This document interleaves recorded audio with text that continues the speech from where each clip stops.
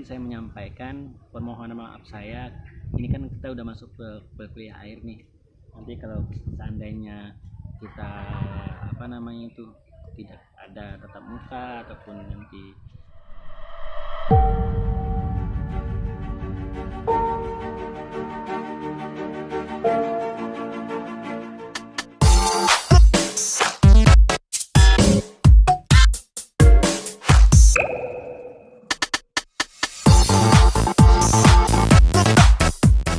warahmatullahi wabarakatuh.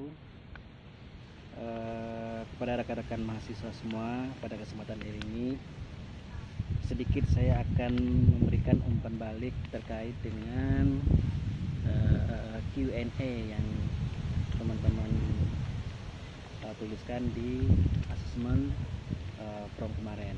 Nah, pada kesempatan ini singkat ini tidak semua saya tanggapi, tapi bagian kecil akan saya tanggapi. Oke, sebelum saya menanggapi apa yang teman-teman ingin tanyakan, sedikit saya ingin menyampaikan bahwa dari sekian banyak keluhan teman-teman, yang paling saya soroti adalah tentang efektivitas pembelajaran daring. Nah, apa yang saya teman-teman rasakan, rekan-rekan mahasiswa rasakan terkait dengan daring ini, itu semua mahasiswa hampir seluruh ataupun dosen juga itu merasakan bahwa menanggapi kendala terkait dengan proses pembelajaran daring ini. Nah, pandemi ini membuat keadaan mengubah kebiasaan dan kehidupan dalam berbagai aspek kebiasaan kita sehari-hari. Yang biasanya kita offline, tapi sekarang kita tetap bertatap muka. Tentu ada kelebihan dan kekurangannya. Nah, begitupun dari yang dirasakan oleh sekolah maupun perguruan tinggi, terutama mahasiswa maupun dosennya. Nah, tidak bisa dipungkiri keadaan ini mengharuskan kita untuk menggunakan media yang berbasis digital.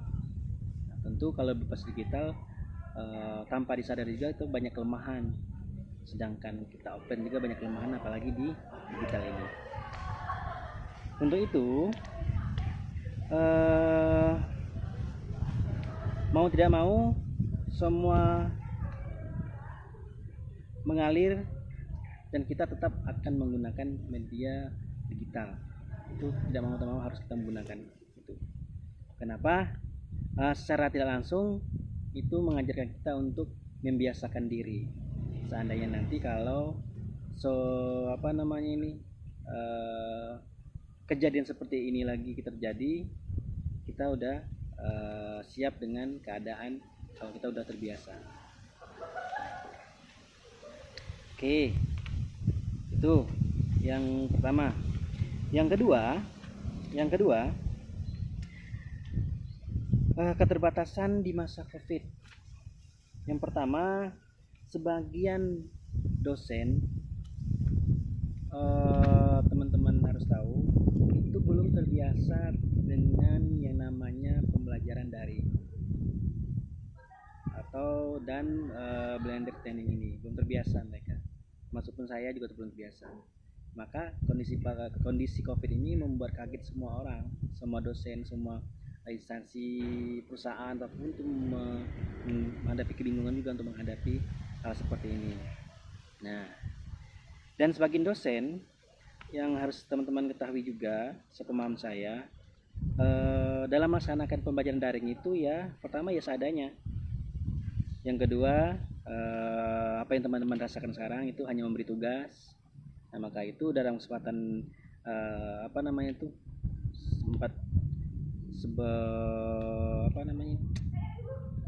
sebelum akhir kuliahnya saya mengevaluasi terkait pembelajaran. Saya merasa bahwa kok ada yang aneh gitu, ada yang kurang rasanya, kalau ada rasa yang kurang puas terkait pembelajaran. Maka itu masih ada waktu, maka itu saya memberikan tanggapan dari teman-teman terkait pembelajaran kita selama ini. Dan alhamdulillah mungkin walaupun tidak semaksimal mungkin berapa minggu kita pertemuan, tapi setidaknya bisa terwakil dikit kepuasan saya dan teman-teman semua. Walaupun itu juga saya rasa itu sangat tidak puas bagi teman-teman, walaupun bagi saya juga. Kemudian jelas ada kekurangan dari tanpa interaksi antara teman-teman dan dosen, dan juga umpan baliknya juga ada. Maka itu saya kemarin sangat senang sekali ternyata grup WA itu bisa dimaksimalkan untuk kita saling saling diskusi, saling bisa sedikit saya menjelaskan melalui suara dan lain-lain. Kemudian ada lagi kendala terbatasan dosen-dosen itu, ya mohon maaf, itu saya juga itu kurang namanya variasi dalam memberikan pembelajaran daring. Variasi itu dalam maksudnya model-model yang lain lah intinya. Dan yang terakhir itu harus tahu adalah sebagian dosen itu kesulitan dalam membuat konten. Nah, itu konten digital yang baik itu sangat dipahami banyak dari, makanya harapannya pada pertemuan semester berikutnya kalau kita perkuliahan masih menggunakan daring, setidaknya dosen-dosen sudah siap semua untuk menghadapi semester berikutnya kalau kita menggunakan daring. Nah gitu rekan-rekan mahasiswa semua, mohon dipahami juga apa yang teman-teman rasakan juga dirasakan oleh dosen-dosen.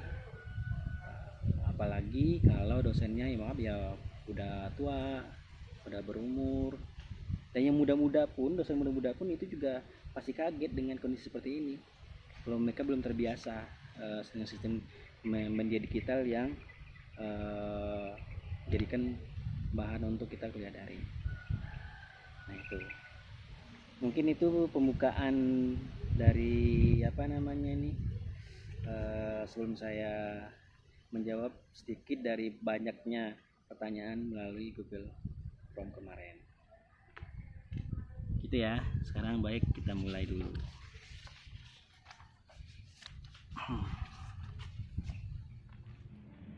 Oke, kita mulai ya. Ini dari Q&A-nya kelas pendidikan matematika A.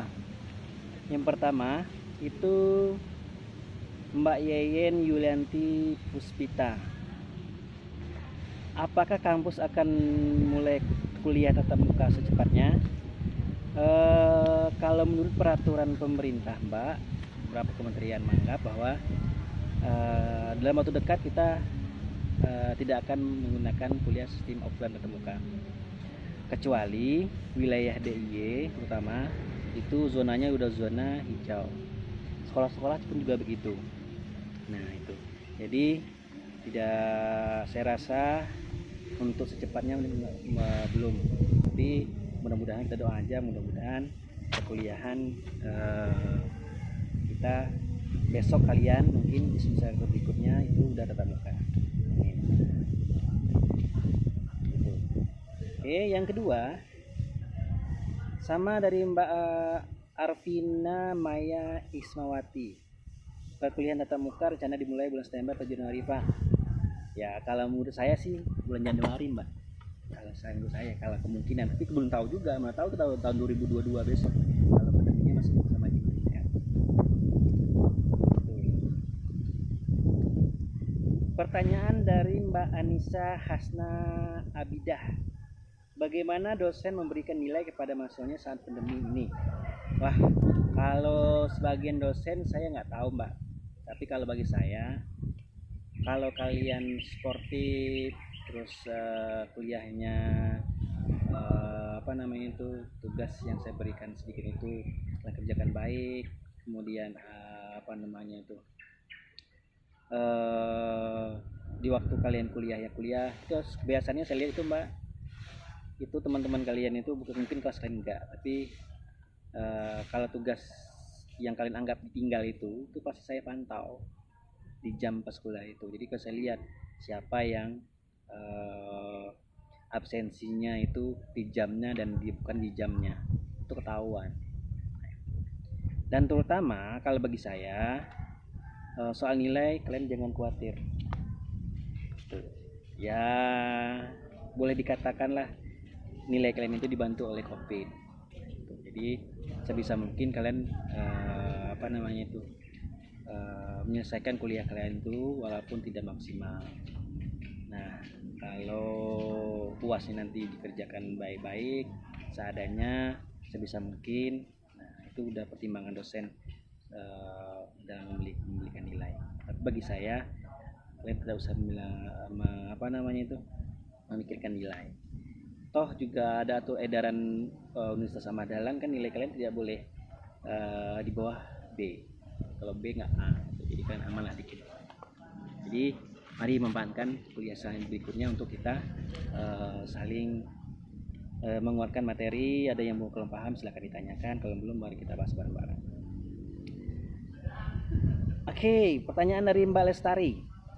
Apakah ada kesempatan untuk mahasiswa yang telat mengirim tugas dikarenakan ada hambatan atau maksudnya? Jelas, kalau bagi saya asalkan konfirmasi bahwa tugas kalian telat itu nggak jadi persoalan bagi saya.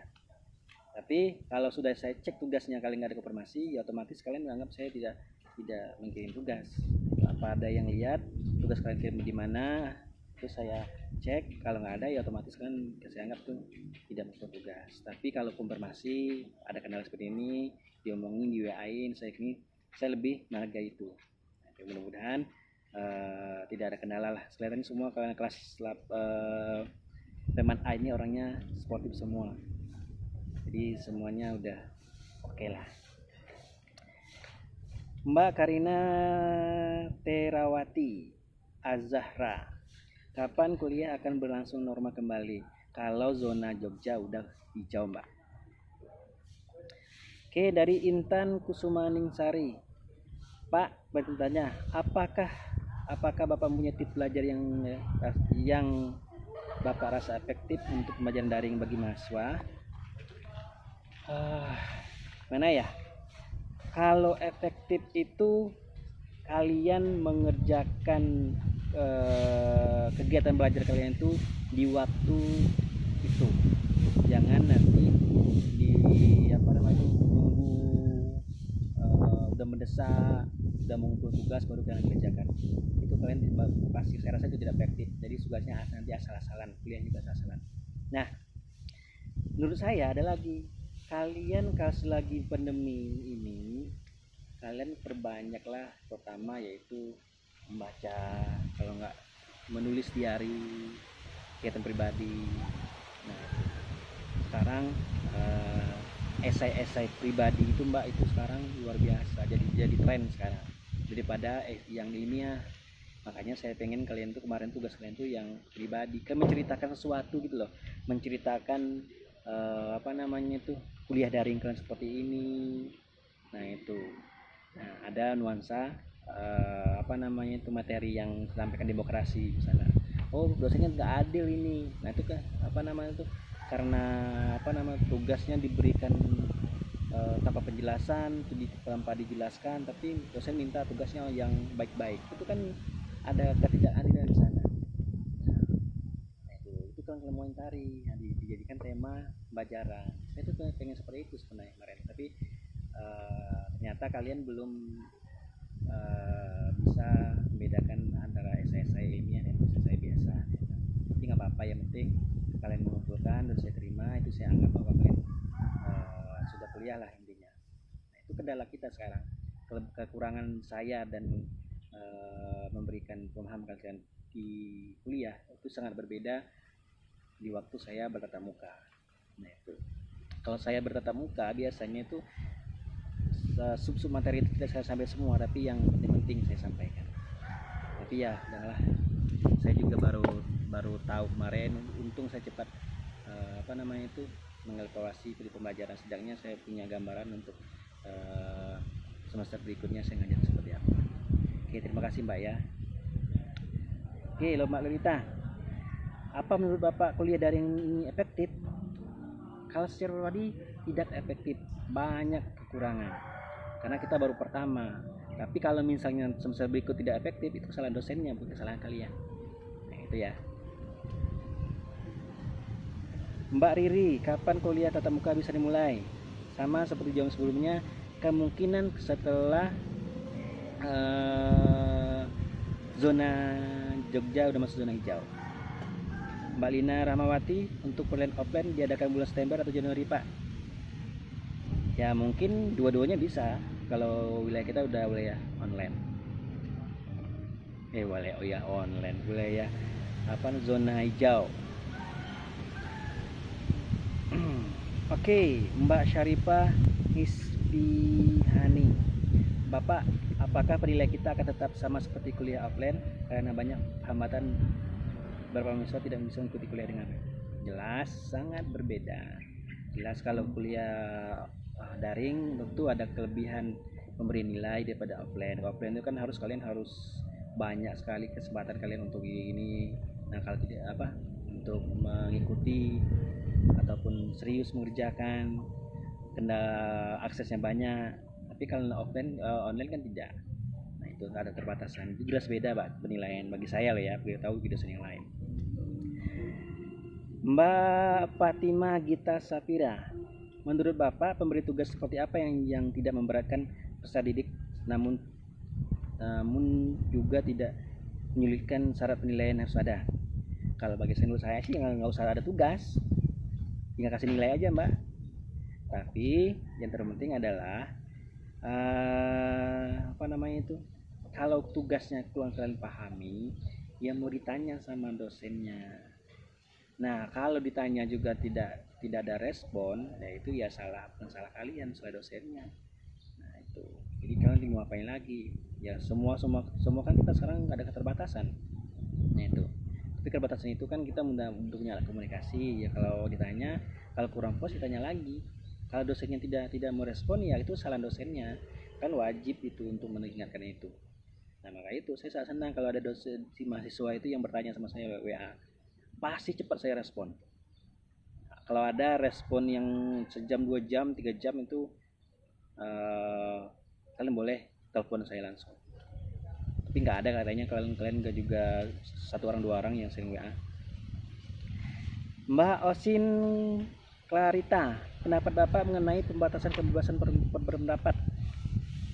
Ya kalau di Indonesia kita sebagai demokrasi, kita menyampaikan pendapat itu sangat-sangat dibolehkan dan juga ada aturannya.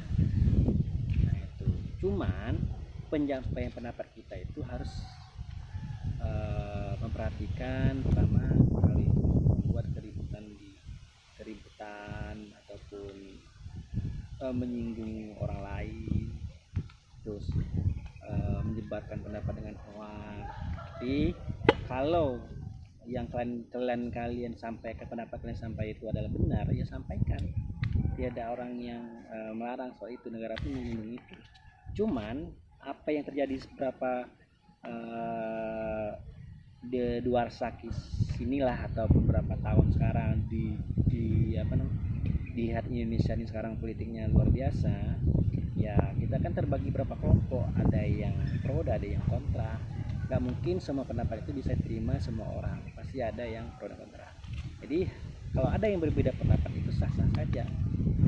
Tapi kalau ada pembatasan itu ya nggak boleh. Nah kalau nyampe pendapat itu di luar batas juga, iya itu nggak boleh juga. Nah, ada aturannya yang harus kita patuhi bersama-sama.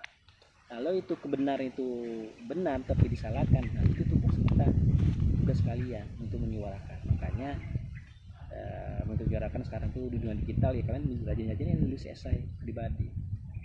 Nah, itu esai pribadi ya dipelajari.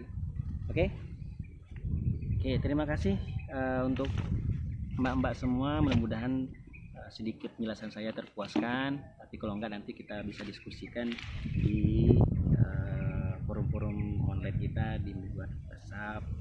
Dan mungkin di video ini sedikit saya menyampaikan permohonan maaf saya.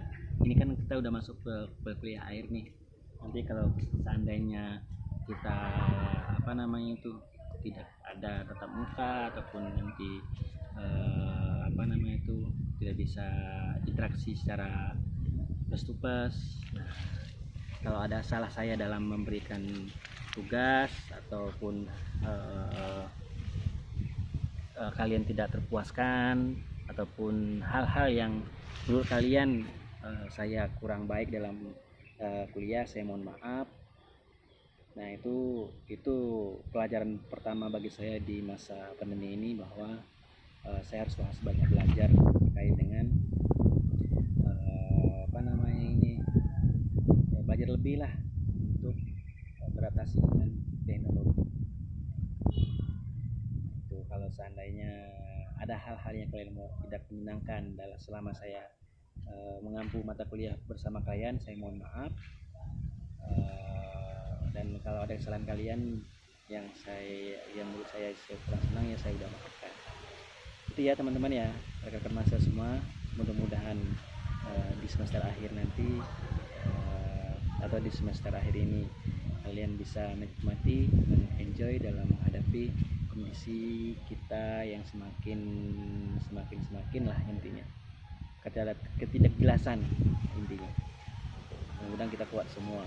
Yang kemudian pesan saya bagi rekan-rekan semua, saya berharap kalian jangan terlalu fokus pada perkuliahan, tapi kita fokus juga pada skill, kemampuan kalian, apa yang bisa kalian lakukan untuk kalian sendiri, hal-hal yang bisa membuat kalian bisa berkembang tanpa harus kuliah, itu diperkuat. Skill kalian juga di-update lagi, perbanyak kalian mencari pengetahuan, wawasan, apalagi di zaman teknologi banyak hal yang kalian bisa buat, yang kalian bisa dapat melalui teknologi, apalagi melalui YouTube dan lain-lain. Nah, itu ya, semoga di akhir kuliah nanti kalian mendapat keberkahan dari apa yang saya sampaikan, walaupun itu tidak saya jelaskan, dan bagi saya mendapat pahala apa yang saya sampaikan, yang saya share. Terima kasih. Lebih dan kurang saya mohon maaf. Wassalamualaikum warahmatullahi wabarakatuh.